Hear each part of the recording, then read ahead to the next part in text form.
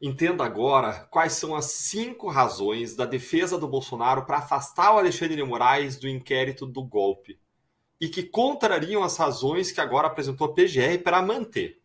Gente, os ministros do STF eles vão começar a julgar hoje, no plenário virtual da Corte, um pedido do ex-presidente Jair Bolsonaro para afastar do caso o Alexandre de Moraes, daquele caso, aquele inquérito sobre a suposta trama golpista.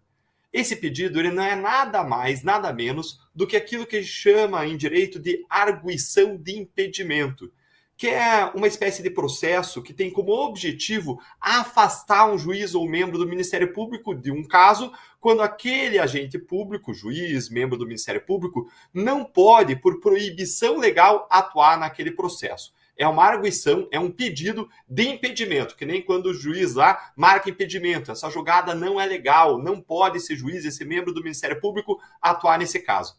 Fica aqui comigo que eu vou te apresentar agora quais são as 5 razões que a defesa do Bolsonaro apresentou para que Moraes seja declarado impedido e no final eu vou te dizer qual que é o meu palpite sobre o que vai acontecer de fato.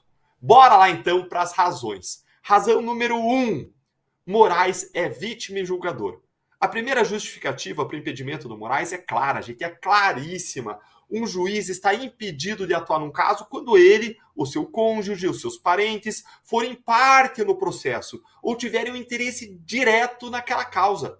E é claro que tem aí. E que interesse maior na causa que alguém poderia ter, maior do que o de Moraes, que é uma suposta vítima dos planos de assassinato e de golpe de Estado que estão sendo investigados. Mas não é só isso não. A investigação ela relata um suposto monitoramento do ministro. Moraes, na decisão que autorizou a operação contra-golpe, mencionou ele mesmo, citou ele mesmo, o nome dele pelo menos 44 vezes. Chega a ser surreal. Numa democracia, ninguém pode ser juiz do seu próprio caso. Razão número 2. Alexandre de Moraes ele tem interesse direto no caso.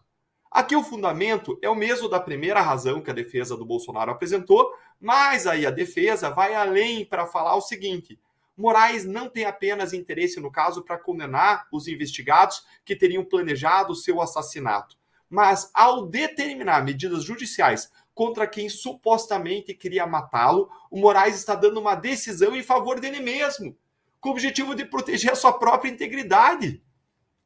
Tem algo mais suspeito do que isso? Tem um interesse direto maior do que isso? Proteger a sua própria vida por meio de uma decisão que você dá? Razão número 3. Juiz não deve ser apenas imparcial, ele deve parecer imparcial. É aquela velha história, a mulher de César não deve ser apenas honesta, ela tem que parecer honesta. E a defesa do Bolsonaro, ela mostra como Alexandre de Moraes ele não é só imparcial, não é só não imparcial, ele não é só parcial, mas mais do que isso, ele nem disfarça que ele não é imparcial. Ele não faz mais questão nenhuma de demonstrar imparcialidade, pelo contrário, ele tem atitudes públicas corriqueiras, rotineiras, em que ele se coloca ativamente como um adversário, um principal inimigo do Bolsonaro e dos bolsonaristas.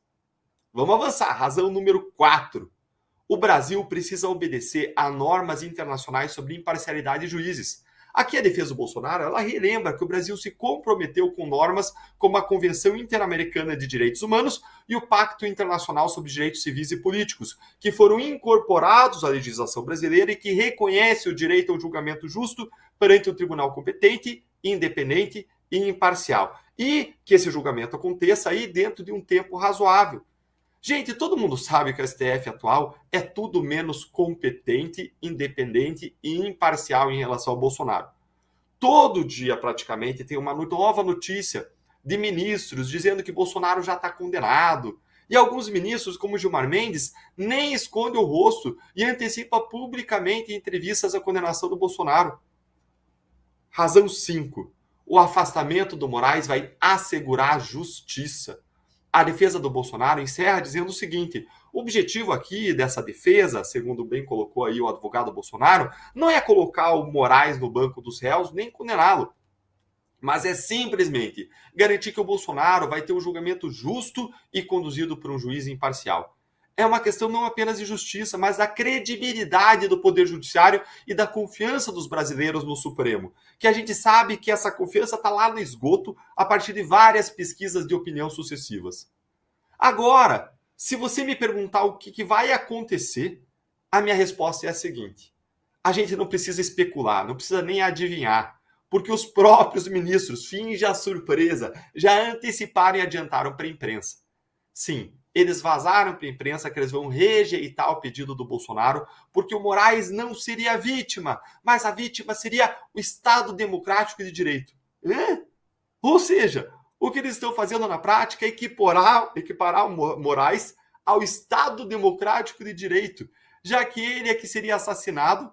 Mas esse argumento, gente, é simplesmente insano, é surreal, porque a democracia não acaba com a morte de um agente público. A característica mais comum de agentes públicos em uma democracia é a sua substitutibilidade, é a possibilidade de serem substituídos, é a sucessão, sai um e entra outro. Assim, a eliminação de Moraes, por mais grave que fosse, como um homicídio, não ia acabar com a democracia no Brasil. Mas para os ministros do Supremo, nada disso importa. O que importa mesmo é condenar Bolsonaro, custe o que custar, dane-se a Constituição, dane-se as leis, dane-se a lógica, dane-se o bom senso. E agora eu quero ouvir a sua opinião. Você acha que os abusos do STF contra o Bolsonaro vão ter alguma consequência?